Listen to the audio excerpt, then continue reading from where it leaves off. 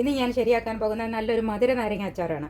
ഈ മധുര നാരങ്ങ അച്ചാർ എപ്പോഴും എൻ്റെ വീട്ടിൽ ഒഴിയാതെ ഉണ്ടാകാറുള്ള ഒരു അച്ചാറാണ്.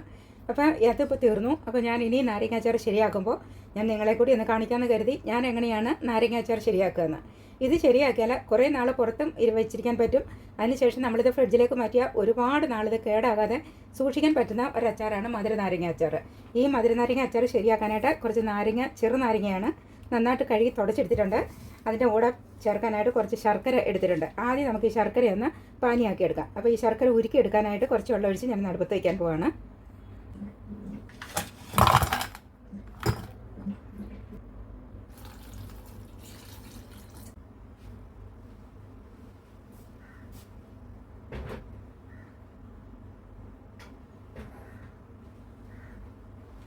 ഈ ശർക്കര നമ്മൾ ഉരുക്കാൻ വെച്ചു. ഇനി നമുക്ക് നാരങ്ങ റെഡിയാക്കി എടുക്കാം. ഈ നാരങ്ങ റെഡിയാക്കി എടുക്കാനായിട്ട് ഈ നാരങ്ങയുടെ ഈ ഭാഗം നമ്മൾ ചെറുതായിട്ട് ഇങ്ങനെ ഒന്ന് ചെത്തിക്കളയണം. ഒരുപാട് അങ്ങ് ചെത്തി വെളുപ്പിക്കേണ്ട. നമ്മൾ ഇടവിട്ട് ഇങ്ങനെ ഒന്ന് കട്ട് ചെയ്ത് കൊടുത്താൽ മതി.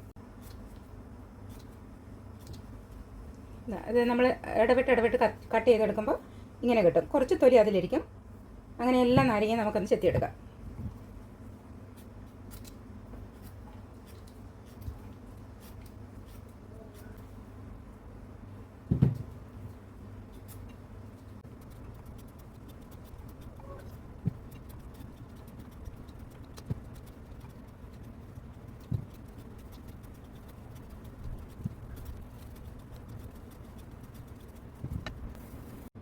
നമ്മൾ നാരങ്ങ ചെത്തിയെടുക്കുമ്പോൾ ഇങ്ങനെ കിട്ടും.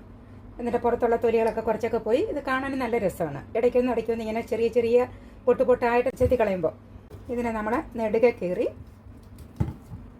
എന്നിട്ട് അതിനെ വീണ്ടും നമ്മൾ നെടുകെ കീറി, എന്നിട്ട് ഇതിനെ രണ്ടായിട്ട് ഇങ്ങനെ കട്ട് ചെയ്തെടുക്കും. ഇങ്ങനെ കട്ട് ചെയ്തെടുക്കുമ്പോൾ ഇതിൻ്റെ ഉള്ളിലുള്ള അരി ഇങ്ങനെ എടുത്താൽ കളയും.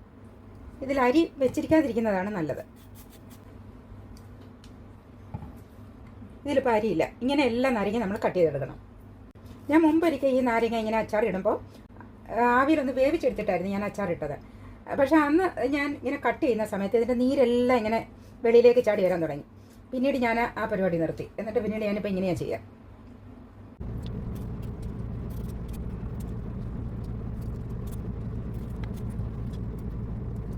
ഈ നാരങ്ങയെല്ലാം നമ്മൾ കട്ട് ചെയ്തെടുത്തു. ഇനി ഈ നാരങ്ങ ചെറുതായിട്ടൊന്ന് ആവി കയറ്റിയെടുക്കണം. ഒരുപാട് സമയം വെച്ച് വേവിക്കണ്ട.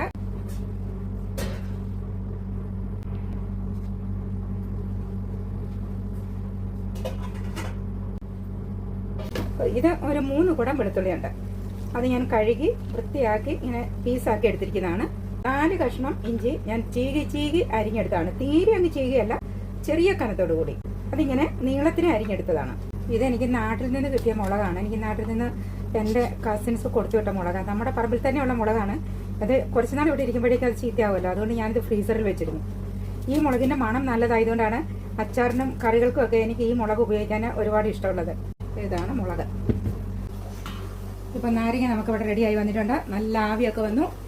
അത് ഇപ്പം ഇങ്ങനെ വാടിക്കിട്ടിയാൽ മാത്രം മതി, വേഗണ്ട. അപ്പോൾ ഇതിനെ നമുക്ക് ഫ്ലെയിം ഓഫ് ചെയ്യാം. ശർക്കരയും നമുക്ക് ഉരുക്കി കിട്ടിയിട്ടുണ്ട്. ഇനി അച്ചാർ റെഡിയാക്കാനായിട്ട് തുടങ്ങാം. ഇതിന് ഞാൻ നല്ലെണ്ണയാണ് എപ്പോഴും ഉപയോഗിക്കാറുള്ളത്. ഒരുപാട് എണ്ണ വേണ്ട. ഇതിന് വളരെ കുറച്ച് എണ്ണയുടെ ആവശ്യമുള്ളൂ. എണ്ണ ചൂടായി ഇതിലേക്ക് നമുക്ക് കടുക് ഇട്ട് കൊടുക്കാം. കടുക് നന്നായിട്ട് പൊട്ടി അതിലേക്ക് നമുക്ക് വെളുത്തുള്ളി ഇട്ട് കൊടുക്കാം. വെളുത്തുള്ളിയുടെ കൂടെ തന്നെ നമുക്ക് ഇഞ്ചി കൂടി ഇട്ട് കൊടുക്കാം.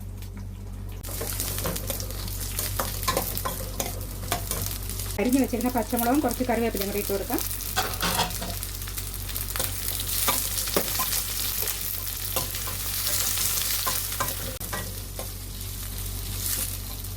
ഇതിലേക്ക് ഒരല്പം മാത്രം മഞ്ഞൾ പൊടി ഇട്ട് കൊടുക്കാം.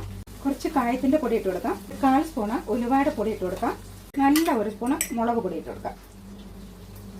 ടേബിൾ സ്പൂൺ ആണെങ്കിൽ 1 സ്പൂണ്, അതല്ല ടീസ്പൂൺ ആണെങ്കിൽ 2 സ്പൂണ്. ആ മഞ്ഞളും മുളകും കായത്തിൻ്റെ പൊടിയും ഉലുവയുടെ പൊടിയും കൂടി ഇതിനോടൊപ്പം നന്നായിട്ട് മിക്സ് ആയിട്ടുണ്ട്. ഇതാ അതിൻ്റെ കളർ നോക്കൂ. ഇനി ഇതിലേക്ക് നമുക്ക് ഉരുക്കി വെച്ചിരുന്ന ശർക്കര ഒഴിച്ചു കൊടുക്കാം.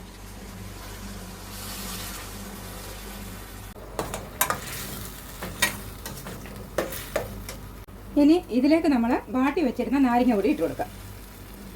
ഇതിലേക്ക് നമുക്ക് ആവശ്യത്തിനുള്ള ഉപ്പ് കൂടി ഇട്ട് കൊടുക്കാം. ശർക്കരയിലേക്ക് നമ്മൾ എന്ത് സാധനം ഇട്ടാലും ആദ്യം ഒന്ന് ഹാർഡാവും, പിന്നെ അതങ്ങ് നല്ല സോഫ്റ്റ് ആയിക്കോളും.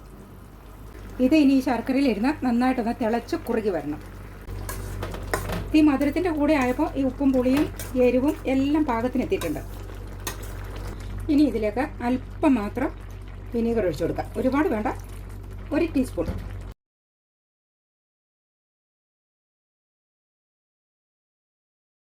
ഇനി നമുക്കിതിൻ്റെ ടേസ്റ്റ് ഒന്ന് നോക്കാം. ഇത് കാണുമ്പോൾ തന്നെ അറിയാലോ ഇതെന്തായിരിക്കും ഇതിൻ്റെ ടേസ്റ്റ് എന്നുള്ളത്. അടിപൊളി, അടിപൊളി എന്ന് പറഞ്ഞാൽ അടിപൊളി.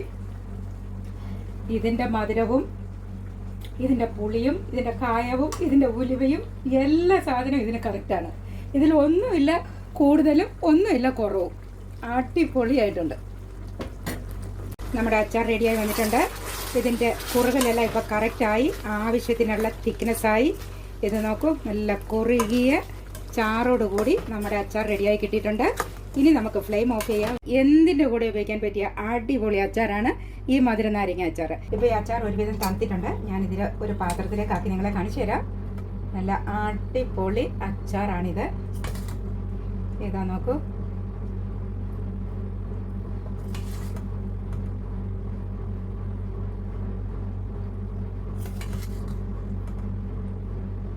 ഓണമൊക്കെ അടുത്ത് വരികയല്ലേ, എല്ലാവരും ഇങ്ങനെയൊന്ന് തയ്യാറാക്കി വയ്ക്കും. നേരത്തെ നമ്മൾ ഓരോ അച്ചാറുകളൊക്കെ റെഡിയാക്കി വെച്ചാൽ ആ ജോലി നമുക്ക് ഒഴിഞ്ഞു കിട്ടും. പ്രത്യേകിച്ചും ഒരുവിധം നല്ല രീതിയിലൊക്കെ ഓണം ഒരുങ്ങുന്നവർക്കാണെങ്കിൽ ഇതൊക്കെ നേരത്തെ തയ്യാറാക്കി വയ്ക്കാൻ പറ്റുന്നതാണ്. അപ്പോൾ എല്ലാവർക്കും ഈ വീഡിയോ ഇഷ്ടപ്പെട്ടു എന്ന് കരുതുന്നു. നിങ്ങൾക്ക് ഈ വീഡിയോ ഇഷ്ടമായാൽ നിങ്ങളൊന്ന് ലൈക്ക് ചെയ്യാനും സബ്സ്ക്രൈബ് ചെയ്യാനും നിങ്ങൾ ചെയ്യുന്ന രീതികളും ഇതിനെക്കുറിച്ചിട്ടുള്ള അഭിപ്രായവും നിങ്ങൾ കമൻറ്റ് ചെയ്യാനും മറക്കല്ലേ. Thank you for watching.